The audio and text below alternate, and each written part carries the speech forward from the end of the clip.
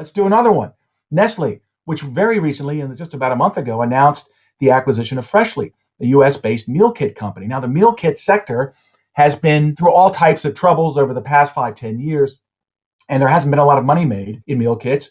Freshly still probably losing money, however, growing and growing rapidly. Nestle said, it's time to be changing our model. They also acquired Mindful Chef in the UK, smaller company, a few weeks later. Now, in this deal, we see there's probably an immediate 20 times ROI, with Nestle's market cap rising from 313 billion to 343 billion. And we looked at any other factor that could have lifted the SMI, and we think it basically lifted the SMI, this deal. Again, the market applauds established blue chips who are seeing the future, that it's going exponential, it's going very, very fast, it's going to last after the pandemic, and taking action.